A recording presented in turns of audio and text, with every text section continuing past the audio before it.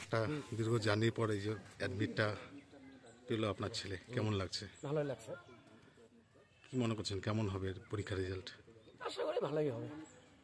মানে আগে যেরকম একটা টেনশনে ছিল 3-4 দিন আগে অ্যাডমিট না পাওয়ার জন্য, ওই টেনশনটা কি কেটেছে? কেটেছে। কালকে মাস্টার যখন বলছে যে ও লিমিট চলে আসছে আর কোর্টে রায় পাওয়ার পিছিয়ে ও প্রিপারেশনটা ভালোই নিয়ে নিছে, ও আগের মতোই রেজাল্ট ভালোই করবে। ঠিক আছে, আপনার নাম? বিষ্ণুবর্ধন। ঠিক আছে, ধন্যবাদ। স্যার, বললাম আজকে এই যে শুভ রায় অ্যাডমিট পেলো, কি বলবেন এই বিষয়ে? না, এটা সত্যি আনন্দের বিষয়। আমরা বিগত 4 দিন থেকে যে উৎকণ্ঠায় ছিলাম, যে একটা মানসিক যন্ত্রণায় ভুগছিলাম, তার থেকে মুক্তি পেলাম। সর্বোপরি আমাদের প্রিয় ছাত্রটি পরীক্ষায় বসতে পারলো, এটা একটা অত্যন্ত আনন্দের বিষয়। আমরা এর বেশি আর কিছু চাইছিলাম না।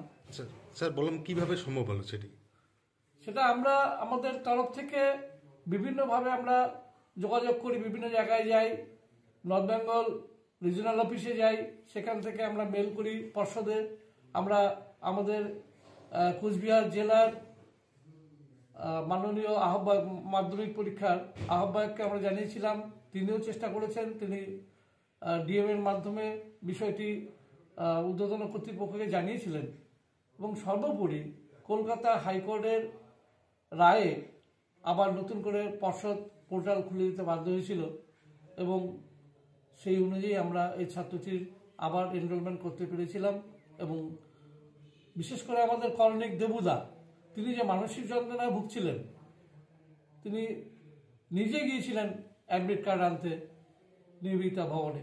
তিনি নিজে গিয়ে সেখানে মানে অনেক কষ্ট করে সেটা পেয়েছিলেন। সকাল 7টার সময় তিনি লাইনে দাঁড়িয়েছিলেন, বিকেল 4টার সময় তিনি হাতে পান অ্যাডমিট কার্ড এবং তিনি সেটা নিয়ে আজকে পৌঁছলেন এবং আমরা ছাত্র শুভ রায়ের হাতে অ্যাডমিট কার্ডটা একটু আগেই হস্তান্তর করলাম।